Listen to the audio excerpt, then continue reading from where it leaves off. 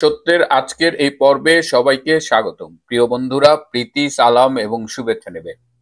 গত বছরের জুলাই আগস্টে যে জঙ্গি অভ্যুত্থান হয়েছিল, বাংলাদেশের উপরে যে জঙ্গি হামলা হয়েছিল, সেই সময়ে কতজন মারা গিয়েছিল, এই মৃত্যুর সংখ্যা নিয়ে নানা রকমের বিভ্রান্তি ছড়িয়ে আছে। এদিকে জাতিসংঘের মানবাধিকার কমিশন একটি রিপোর্ট দিয়েছে, সেখানে তারা ড্রাফট যে রিপোর্টটা দিয়েছিল সেখানে তারা মৃত্যুর সংখ্যা 800-র কাছাকাছি বলেছিল। পরবর্তীতে সেই মৃত্যুর সংখ্যাটা 1400-তে চলে গেছে।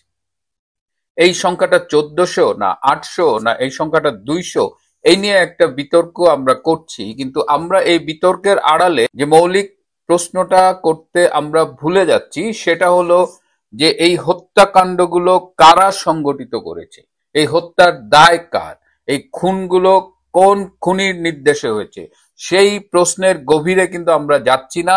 আমরা ঢালাও ভাবে বলছি যে শেখ হাসিনা খুনি, শেখ হাসিনা এই খুনগুলো করেছে, কিন্তু সেই প্রমাণ কি আছে?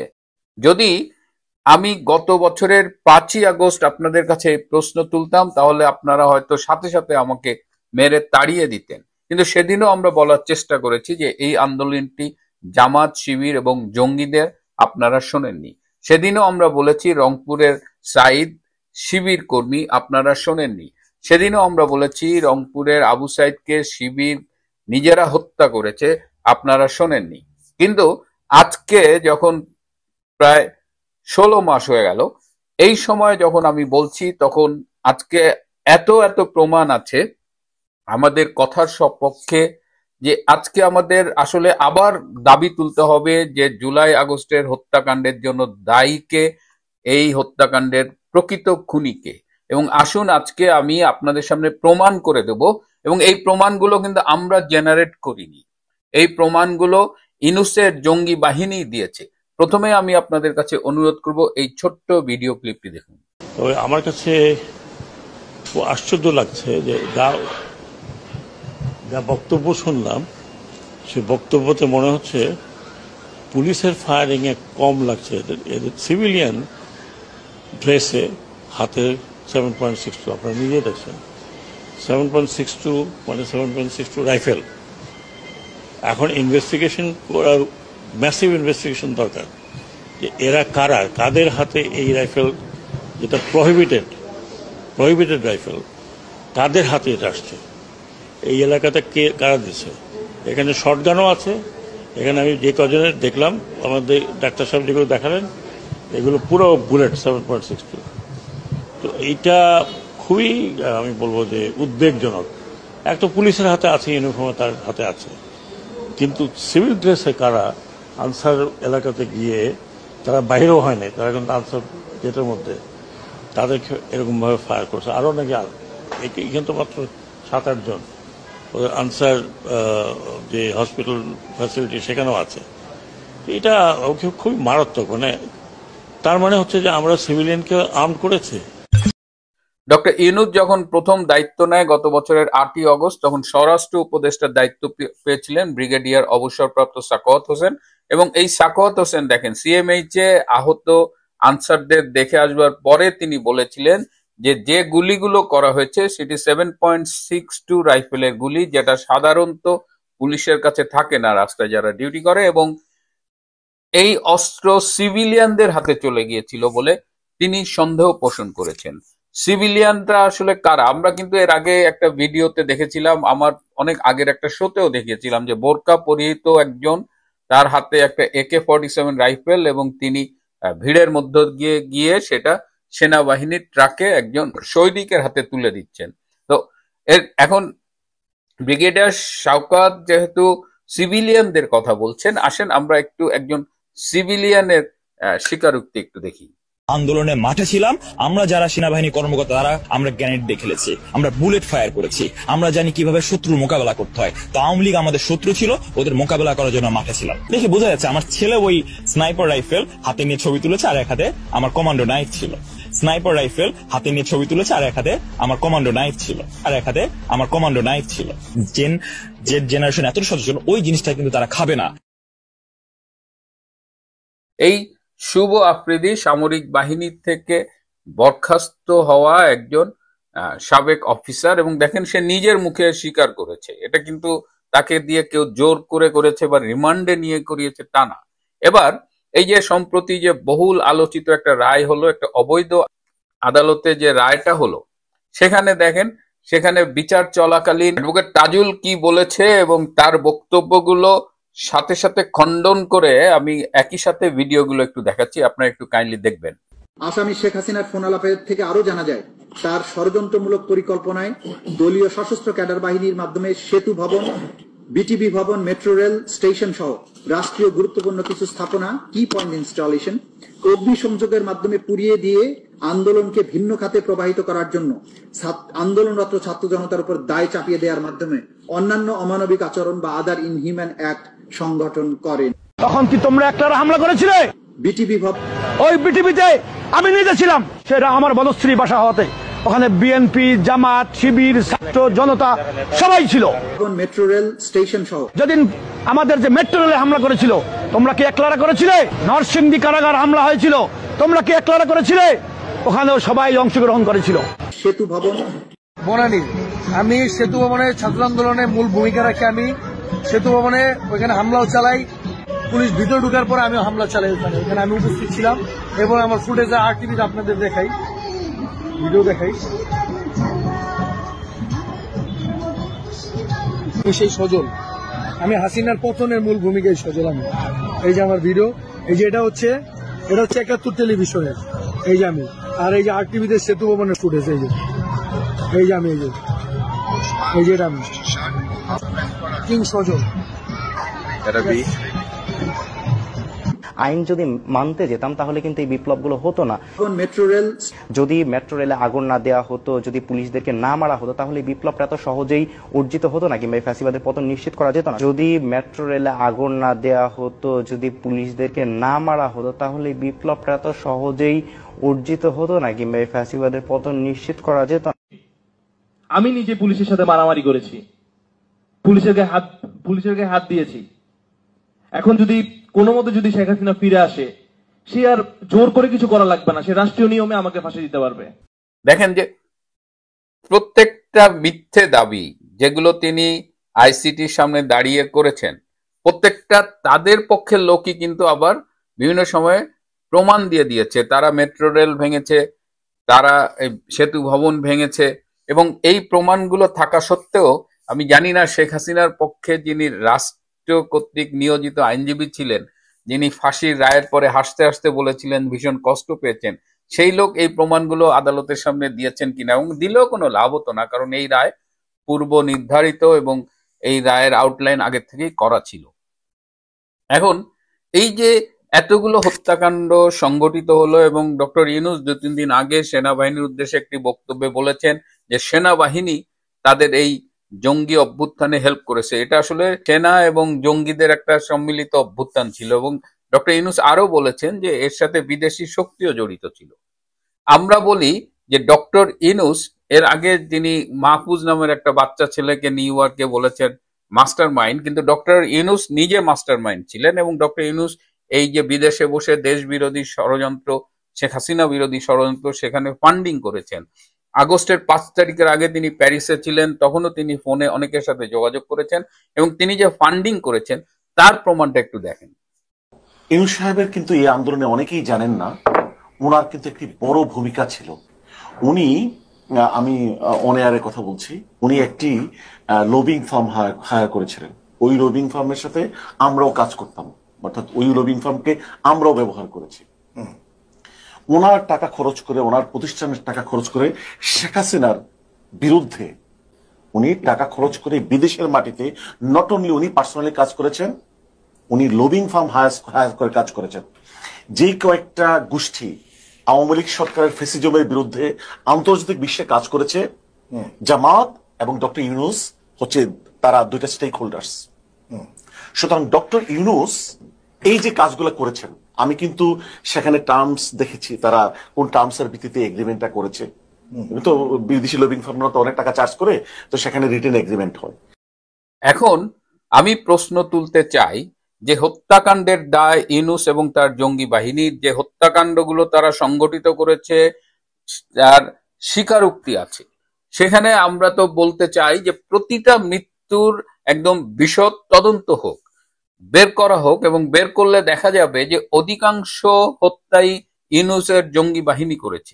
কিছু হত্যা পুলিশ করেছে, ইটস ট্রু, কারণ যখন রাষ্ট্রীয় গুরুত্বপূর্ণ স্থাপনা আক্রান্ত হয় তখন হয়তো তার স্থানীয় ম্যাজিস্ট্রেট বা যারা থাকে তাদের নির্দেশে হয়তো পুলিশ গুলি করে এবং সেই গুলিতে কিছু ক্যাজুয়ালিটি হতে পারে, কিন্তু একথা জোর দিয়ে বলা যায় যে এই মৃত্যুর অধিকাংশই ইউনূসের কিলার বাহিনী দ্বারা সংঘটিত হয়েছে। এই টোটাল জুলাই আগস্টে প্রচুর পুলিশ মারা গেছে, সরকারিভাবে বলা হচ্ছে 44 জন পুলিশ মারা গেছে, কিন্তু বাস্তবে এই সংখ্যা 3000 পর্যন্ত হতে পারে। অনেক পুলিশ আজ অব্দি মিসিং। এই পুলিশদের কারা হত্যা করলো সেই বিচারটা কেন আজ পর্যন্ত হচ্ছে না?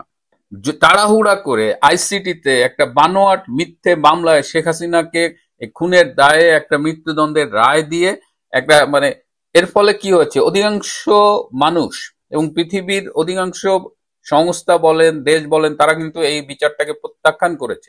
কেবলমাত্র যারা একদম ডাইহার্ট রাজাকার, ডাইহার্ট জামাত শিবির কিংবা বিএনপির এক অংশ যারা জামাতেরই অপভ্রংশ বলে আমরা মনে করি, তারা ছাড়া সবাই এটি প্রশ্ন তুলছে। আওয়ামী লীগের উচিত হবে, যারা শেখ হাসিনার পক্ষে কাজ করছেন তাদের উচিত হবে এই বিশ্বের কাছে তুলে ধরা যে জুলাই আগস্টের হত্যাকাণ্ডের মূল খুনি হলো ডক্টর ইউনূস এবং তার অনুসারীরা।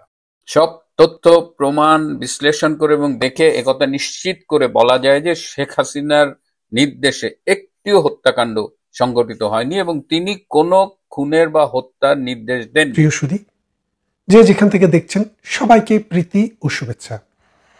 আপনাদেরকে আজকে আন্তর্জাতিক অপরাধের বিচার যখন করা হয়, অর্থাৎ আন্তর্জাতিক অপরাধ যদি কোনো দেশ জাতীয়ভাবে বা আন্তর্জাতিকভাবে বিচার করে, তাহলে সেটার যে মানদণ্ড, সেই মানদণ্ডটি নিয়ে কিছু কথা বলতে চাই।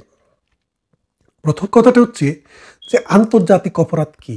আন্তর্জাতিক অপরাধ মূলত চারটি। একটি হচ্ছে অ্যাগ্রেশন। অ্যাগ্রেশন মানে হচ্ছে একটি দেশ যদি আরেকটি দেশকে দখল করে ফেলে অন্যায়ভাবে, সেটি অ্যাগ্রেশন। 2 নাম্বার হচ্ছে গণহত্যা। গণহত্যা কি? গণহত্যা হচ্ছে যে নারী, পুরুষ, ধর্ম, বর্ণ, শিশু নির্বিশেষে যখন কোনো একটা সমাজের কোনো একটা অংশে, কোনো একটা বিশেষ জায়গায় অথবা সারা দেশে গণহারে মানুষকে যখন হত্যা করা হয়, সেটা হলো গণহত্যা বা জেনোসাইড। আর 3 নম্বরে হচ্ছে মানবতা বিরোধী অপরাধ। মানবতা বিরোধী অপরাধ হচ্ছে ধর্মের কারণে, বর্ণের কারণে, কোনো বিশেষ জাতি হওয়ার কারণে, কোনো রাজনৈতিক বিশ্বাসের কারণে যদি কোনো বিশেষ গ্রুপ শ্রেণীকে যদি আইডেন্টিফাই করে ক্লিনজিং করার জন্য, অর্থাৎ এই গ্রুপটাকে, এই গোষ্ঠীটাকে শেষ করে দেব, এই রকম কোনো অপরাধ যারা করে সেটা হচ্ছে মানবতা বিরোধী অপরাধ। যেমন মনে করেন 1971 সালে মহান মুক্তি সংগ্রামের সময় রাস্তা দিয়ে যখন কোনো লোক হেঁটে যেত, পুরুষ মানুষ হলে পাকিস্তানি আর্মিরা, রাজাকাররা তাদেরকে দাঁড় করাইতো।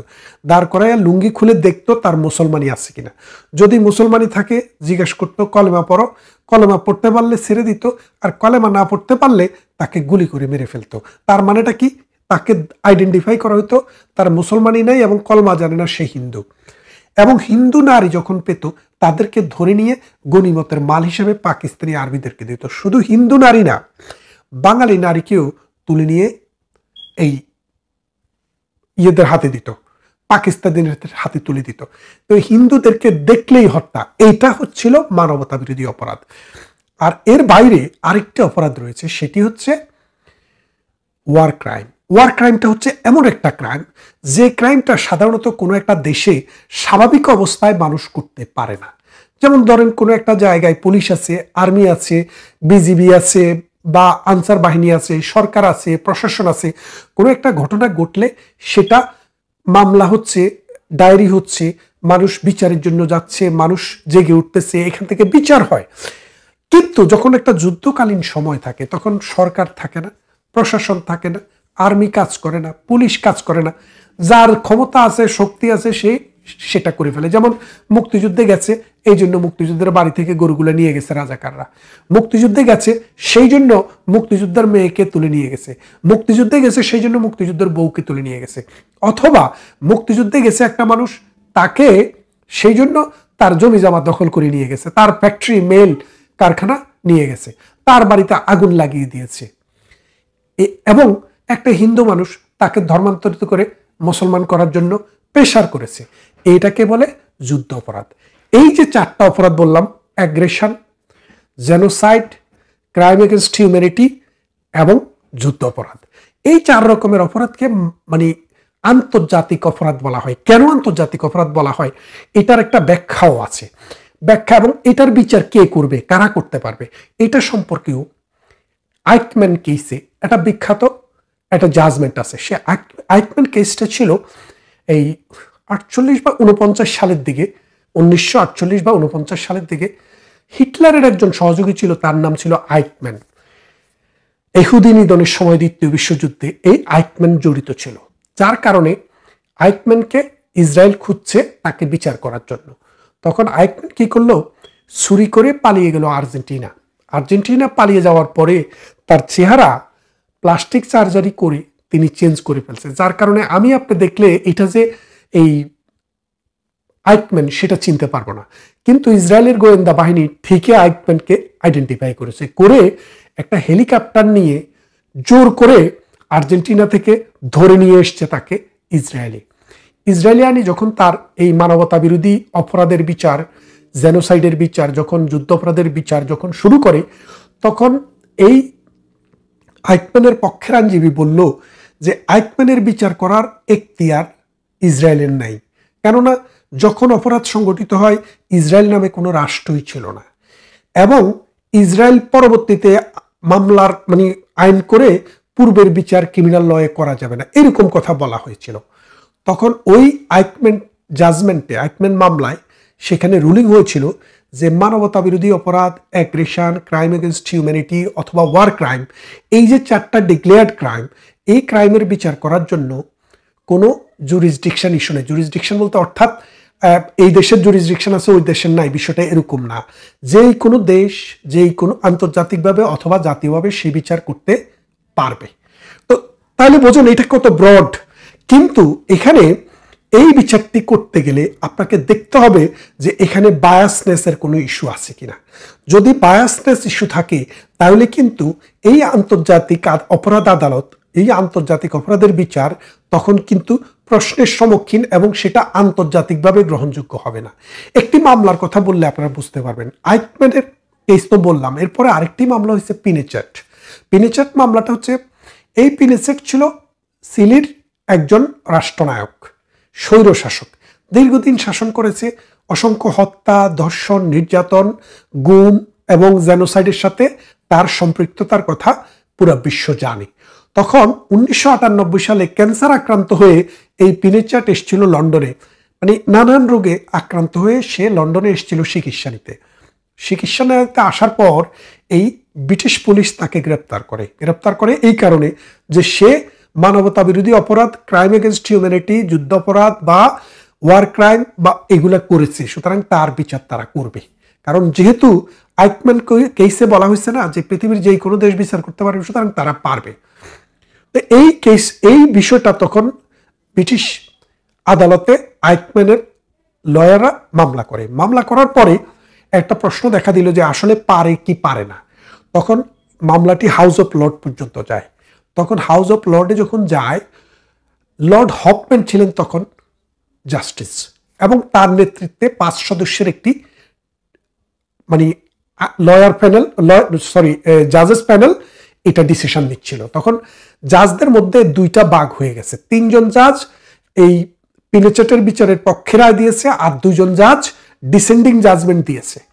তো ডিসেন্ডিং জাজমেন্ট মানে হচ্ছে ওই 3 জনের সাথে একমত পোষণ করেনি, না পোষণ করার কারণে যেহেতু 3 জন মেজরিটি, সেই জন্য সিদ্ধান্ত হলো যে আইকম্যানের পিনেচেটের বিচার ইউকেতে হবে, ইউনাইটেড কিংডম তার বিচার করতে পারবে এবং বিচার হবে।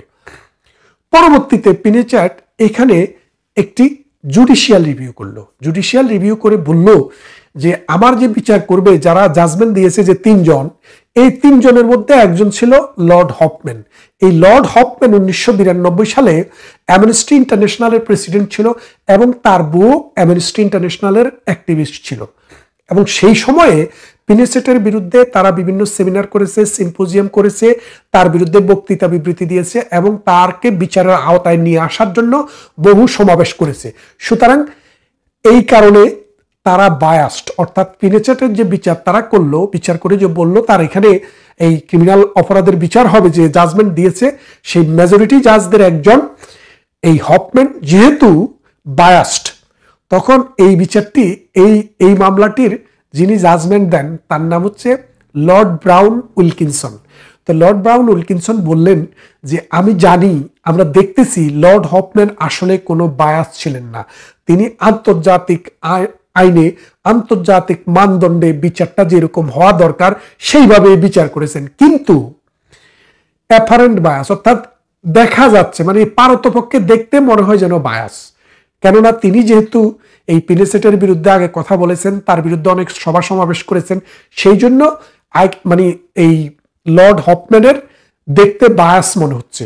সুতরাং অ্যাপারেন্ট বায়াস হওয়ার কারণে ওই জাজমেন্টটিকে খারিজ করে দেওয়া হয়, অর্থাৎ এই পিনেসেটকে যে বিচার করবে, যে জাজমেন্টটি হয়েছে সেই জাজমেন্টটি বাতিল হয়ে যায় এবং বলা হয় যে আরেকটি আদালত বসিয়ে তার বিচার মানে এখানে তার বিচার করা যাবে কিনা সেটা সমাধান করতে হবে। কিন্তু ইন দ্য মিন টাইম ব্রিটেনের নানান কূটনীতিক প্রচেষ্টার অংশ হিসেবে এবং যেহেতু সে অসুস্থ, ক্যান্সার আক্রান্ত, তখন তাকে ফেরত পাঠায় সিলেটে। তো এই জিনিসটা দ্বারা যেটা বোঝাতে চেয়েছি, বাংলাদেশে যে বিচারটা হচ্ছে এই বিচারটা কিন্তু আন্তর্জাতিক অপরাধ বিচার, অর্থাৎ বিচারটা হচ্ছে আমাদের দেশীয় একটা ট্রাইব্যুনালে, কিন্তু সেটি হচ্ছে কিসের বিচার? আন্তর্জাতিকভাবে স্বীকৃত অপরাধের বিচার। এই চারটি বিচার যখন আন্তর্জাতিকভাবে করতে যাবেন তখন আপনার লয়ারের মান আন্তর্জাতিক হতে হবে, আপনার বিচারকের মান আন্তর্জাতিক হতে হবে, আপনার যে প্রসিডিউর সেই মানটাও আন্তর্জাতিক হতে হবে। এখন লয়ারের মানের আন্তর্জাতিকতা হলো যে তিনজন জাজ যে জাজমেন্ট দিয়েছে, এই তিনজন জাজের একজন জাজও জীবনে একদিনও এর আগে একটি মামলাও সুপ্রিম কোর্টে বা হাইকোর্টে শুনানি করেনি এবং জাজমেন্ট দেয়নি। তার মানে হচ্ছে তারা বায়াস তো ছিলই। কারণ বায়াস কেন ছিল? এই যে শামসুজ্জামান, ইনি কিন্তু এই বিএনপির নেতা ছিলেন, জাতীয়তাবাদী আইনজীবী ফোরামের নেতা ছিলেন, শেখ হাসিনার পাশি চাই বলে বহু বক্তৃতা বিবৃতি দিয়েছেন, শেখ হাসিনার বিরুদ্ধে আন্দোলন সংগ্রাম করেছেন। আর রাজাকার তাইজুল, সে তো শেখ হাসিনার বিরুদ্ধে পাইলে মেরে ফেলে, আমার সামনেই অনেক বক্তৃতা আমি দেখেছি। তো সুতরাং সেই জন্য বলছি টপ টু বটম একটা বায়াস কোর্টের মাধ্যমে আন্তর্জাতিক অপরাধের বিচার হয়েছে, যেটা এই স্কোপের মধ্যেই পড়ে না। কারণ 2024 সালে বাংলাদেশে যে অ্যাট্রোসিটি হয়েছে সরকারের মধ্যে এবং আন্দোলনকারীদের মধ্যে, যে দাওয়া পাল্টা দেওয়া, গুলি, বন্দুক, অগ্নি সংযোগ হয়েছে, এটা রাষ্ট্রের দায়িত্ব ছিল যে যারা অপরাধ করে, যারা মানুষের জান এবং মালের উপরে আঘাত করে, তাদেরকে দমন করা, মানে দুষ্টের দমন সৃষ্টের লালন, এই দুষ্টদেরকে দমন করা রাষ্ট্রের দায়িত্ব ছিল, নাইলে রাষ্ট্র থাকবে কেন? এবং এখন পুলিশ বলছে যে আপনারা কি করবেন? গুলি করে দিবেন, অর্ডার দিবেন আগুন দিলে। তাহলে টিভি ভবনে যখন আগুন দিছে তখন কি গুলির অর্ডার হবে না? এক, সেই জন্য বলছি যে এই বিচারটি হয়েছে মাত্র একটা মানে প্লড একটা বিচার, কি বলবো, এরকম বিচার পৃথিবীতে কখনো হয় নাই। এবং আগস্ট মাসে এই বিচারের ট্রায়ালটি, অ্যাকচুয়াল ট্রায়ালটি আগস্টে শুরু হয়, শেষ হয়ে গেছে 4 মাসে। অথচ আপনি গোলাম আজমের বিচার, সাইদির বিচার, মীর কাসেমের বিচার, ওদের বিচার দেখেন, এক একটা বিচার হতে 2 বছর, 3 বছর, 4 বছর সময় লেগেছে। কারণ কি? কারণ হচ্ছে আন্তর্জাতিক মানদণ্ডটাকে রক্ষা করার চেষ্টা করা হয়েছে কম বেশ, কিন্তু এখন এখানে কোনো রাগ ডাক নেই। 1971 সালে যারা পরাজিত হয়েছে তারা এখন 71 সালে বিজয়ীদের বিচার করছে, এটাই স্বাভাবিক, এরকমই হওয়ার কথা। কিন্তু আন্তর্জাতিকতা যে বিষয়টা, এটার লেশ মাত্র এখানে নেই এবং থাকার কোনো সম্ভাবনা ছিল না। দ্বিতীয়ত আরেকটা বিষয় যদি আপনারা দেখেন, যে এই যে মনে করেন জাজমেন্টগুলা হচ্ছে, এই জাজমেন্টগুলা কারা লিখতেছে? জাজমেন্টগুলাতে এই জাজের যে তিনজন বিচারক, 3 জন বিচারকের মধ্যে রুল হচ্ছে মিনিমাম 2 জন যদি উপস্থিত না থাকে তাইলে কোনো শুনানি হতে পারবে না। এই হিয়ারিং যেদিন জাজমেন্ট হয় তার 1 মাস আগ থেকে যিনি প্রধান, তিনি মানে চেয়ারম্যান যিনি, তিনি ছুটিতে ছিলেন। আর যে 2 জন, তাদের সকালে একজনে শুনতেন, বিকালে একজনে শুনতেন, এবং এই 2 জনই শুনতেন আলাদা আলাদা ভাবে। তার মানে হচ্ছে এই যে কোর্টের রুল সেটাও ফলো করা হয় নাই। এইরকম ভাবে আমি যদি লিস্টটি দেই তাহলে ভিডিও অনেক বড় হয়ে যাবে। শুধু এই কথাটি শেষ পর্যন্ত বলতে চাই যে এখানে বায়াসড মানুষ, জাজ বায়াসড, লয়াররা বায়াসড, এবং সরকার পক্ষ থেকে প্রধানমন্ত্রী শেখ হাসিনার জন্য যে আইনজীবী নিয়োগ দিয়েছেন তার কুত্তা মার্কা হাসি আমরা সবাই দেখেছি, এবং আমরা বুঝেছি সে যে মানে কোর্টের ওই যে ডিস্ট্রিক্ট কোর্টের একটা মানে দালাল, উকিলদের দালাল, সেই লোককে দিয়া প্রধানমন্ত্রী শেখ হাসিনার ফাঁসিটা নিশ্চিত করেছে। আজকে আপনারা দেখেছেন প্রথম আলোতে ডেভিড বার্গম্যান, ডক্টর কামাল হোসেনের মেয়ের জামাই, এটা লেখা লিখেছে, বলছে এই মামলার যে বিচার, এই বিচার প্রক্রিয়া প্রশ্নসিদ্ধ। আপনারা পড়ে নেবেন, তার আলোচনা নিয়ে আমি যেতে চাই না। ডেভিড বার্গম্যানেরা বার্গম্যানের জায়গায় থাকুক, আপনারা আপনাদের জায়গায় থাকেন। শুধু একটা কথা বোঝেন, এই বাংলাদেশে আপনারা যারা অনেকে আওয়ামী লীগ করতেন বা মৌন সমর্থক ছিলেন কিন্তু মনে করতেন আওয়ামী লীগ কোনো সঠিক চালাচ্ছে না, নানান প্রপাগান্ডা শুনে আপনাদের মন ভারী হয়ে উঠছিল, কিন্তু আজকের দেশ দেখে আপনারা নিশ্চয়ই বুঝছেন এই দেশটা মানুষের দেশ না, এটা একটা হায়নার দেশ এখন চলছে। আর শেখ হাসিনার যে দেশ ছিল দোষীগুণী, সেটা মানুষের দেশ ছিল, সেটা মানুষের সরকার ছিল, মানুষের শাসন ছিল। এখন যেটা চলছে এটা শয়তানের শাসন, এটা ইবলিসের শাসন, এটা জাহান্নামী শাসন। এই জাহান্নামী শাসন অবসান করার জন্য আমরা কাজ করছি, আপনারা কাজ করছেন। ঘরে কাজ হচ্ছে, বাইরে কাজ হচ্ছে, সমগ্র পৃথিবীতে কাজ হচ্ছে। একদিন এরা বাসমান ফেনার মতো উড়ে যাবে। সাম্প্রদায়িক ধর্মাশ্রয়ী এই অন্ধ মৌলবাদী শক্তিকে পরাজিত করে এই উর্বর পলিমাটির দেশ, এই বঙ্গভূমিকে আমরা আবার সঠিক পথে নিয়ে আসব। মাত্র 7 দিনের টাইম পেল ঢাকা নিজেকে শোধরাবার জন্য। ভারতবর্ষের পক্ষ থেকে পরিষ্কার বলে দেওয়া হয়েছে যে আপনারা আমাদের ঘনিষ্ঠ প্রতিবেশী, পাকিস্তান নন, তাই আপনাদের ডেকে বুঝিয়ে সময় দিয়ে অনেক চেষ্টা করা হয়েছে, কিন্তু আপনারা শোধরাননি। এই শেষবারের মতো আপনাদেরকে বলে দেওয়া হচ্ছে আগামী 7 দিন, 7টা ওয়ার্কিং ডেজের মধ্যে যদি আপনারা নিজেদের না শোধরান তাহলে চরম দণ্ডের জন্য প্রস্তুত থাকুন।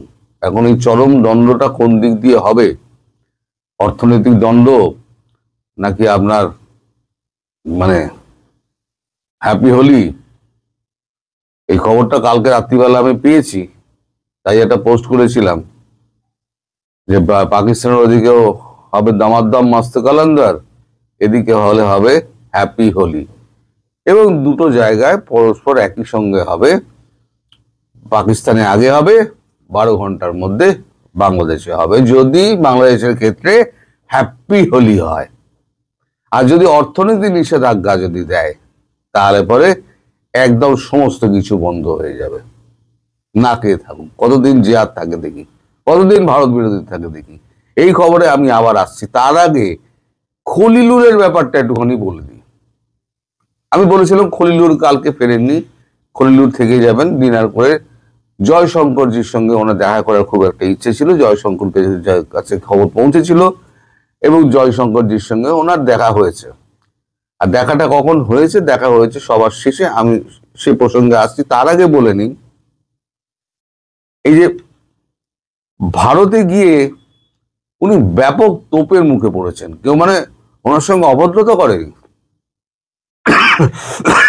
সরি, কেউ অভদ্রতা করেনি, সবাই ওনার সঙ্গে খুব সৌহার্দ্যপূর্ণ ব্যবহার করেছে। কিন্তু একের পর এক যে বোম, যেটা চিঠিপত্রের বোম, এক একটা ডকুমেন্ট যেগুলো একেবারে স্যাটেলাইট দ্বারা ছবি তোলা ডকুমেন্ট এবং প্রতিষ্ঠিত, যেগুলো এক একটা ডকুমেন্ট ওনার সামনে যে আসছে একটা করে দপ্তর ফেলে দিয়ে যাচ্ছে। তো একটা সময় এমন আসে যে উনি বলছেন যে আমি পাগল হয়ে গেছি যে কাকে উত্তর দেবো বা কাকে কি বলবো। এখন এই যে কনক্লেভটা যেটা হলো, সেখানে এবারে সভাপতিত্বের দায়িত্ব ছিল বাংলাদেশের। বাংলাদেশের হয়ে যিনি সভাপতিত্ব করছেন তিনি যেটা বেশি বলবেন, তিনি মাত্র 1.5 মিনিটের মানে খলিলুর রহমান মাত্র 1.5 মিনিটে একটি সংক্ষিপ্ত ভাষণ দিয়েছেন। উনি শুধু একটি মানে ওখান থেকে একটি পয়েন্ট বেরোয়, সেটা হচ্ছে কোন দেশের আভ্যন্তরীণ ব্যাপারে হস্তক্ষেপ বাংলাদেশের নীতি নয়। মানে ভারতবর্ষের ব্যাপারে ভেতরের ব্যাপারে আমাদের বাংলাদেশের হস্তক্ষেপটা আমাদের নীতি নয়, এটা বলতে উনি বাধ্য হয়েছেন। ওখানে আরো সবাই মরিশাস যারা ছিল সব শ্রীলঙ্কা সবাই বক্তব্য রেখেছে। সবথেকে কঠিন প্রশ্নের মুখে পড়েছেন উনি আমাদের মরিশাসের যিনি এনএসএ তার সামনে। মরিশাসের এনএসএ নামটা আমি ভুলে গেলাম। মরিশাসের এনএসএ ওনাকে একটা প্রশ্ন করেছেন যে আচ্ছা খলিলুর সাহেব, আপনি এটা বলুন যে আপনারা কি করে বললেন এই সমুদ্রের আর কি মানে এই আপনার প্রভু, আপনারা অভিভাবক, আপনারা এটা আপনারা কি করে বললেন? খলিলুরের কাছে কোনো উত্তর নেই। খলিলুর বলছে আমি কি করবো বলুন, তিনি বলেছেন, তার দায়িত্বে বলেছেন, আমি তো এসব বলতে তিনি কখন কি বলেন তার মাথায় থাকে না, তিনি তো বলে দেন, তারপরে তো সামলাতে হয় আমাদের, আমরা খুব মুশকিলের মধ্যে পড়ে গিয়েছি। তখন মরিশাসে সেই এনএসএ বলেছেন যে আপনারা এই ধরনের বক্তব্য যদি আপনারা একের পর এক দাগ দিয়ে থাকেন, তাহলে পার্শ্ববর্তী একটা বড় রাষ্ট্র সে এতদিন ধৈর্য ধরে বসে রয়েছে, আমরা যদি হতাম তাহলে কিন্তু আমরা এত ধৈর্য দেখাতে পারতাম না। এটা কিন্তু সত্য কথা। তো এইটা গেল। তো তারপরে খলিলুর রহমানের বক্তব্য, উনি যে এতটা সময় আমাদের এনএসএ অজিত দোভালের সঙ্গে কাটালেন, সব থেকে বেশি সময় উনি কাটালেন এই গত 3 দিনের মধ্যে। ওনার আমাদের এনএসএ সম্পর্কে ওনার যা রিডিং, সেটা হচ্ছে অজিত দোভাল একজন শিশুর মতো সরল ব্যক্তি। মানে এটা লাইন টু লাইন বলছি আমি, মানে যেটা খলিলুর বলেছেন, উনি শিশুর মতো সরল ব্যক্তি, কিন্তু শত্রুর কাছে উনি পাহাড়ের থেকেও কঠিন। ফলে যাকে ভারতবর্ষের শত্রু বলে উনি মনে করবেন, তার ক্ষেত্রে সেই দেশের ক্ষেত্রে মানে অজিত দোভালের থেকে কঠিনতম মানুষ 2 জন পাওয়া যাবে না সারা দুনিয়ায়। এটা হচ্ছে খলিলুরের রিডিং, যেটা অজিত দোভালের সঙ্গে 3 দিনে বিভিন্ন সময়ে কাটিয়ে ওই সময় যেখানে যেখানে গিয়েছি শুধু আমাকে শুধু এসে কাগজ ধরে যাচ্ছে, সবাই এসে কাগজ ধরে যাচ্ছে। এখন তখনই একটা কথা ওঠে যে অনেক ভুল আপনারা করেছেন, অজিত দোভাল বলেছেন অনেক ভুল আপনারা করেছেন, ভুলের মাসুল আপনারা চোকাতে হয়নি এখনো, কিন্তু আমরা বারবার বলা সত্ত্বেও আপনারা কিন্তু একেবারেই নজর দেননি এবং ভারতের বক্তব্যকে আপনারা উপেক্ষা করেছেন এবং ভারতবর্ষকে আরো নিচু করেছেন। এখন ভারতবর্ষ নিচু হতে হতে হতে হতে ভারতবর্ষের কোমর বেঁকে গেছে।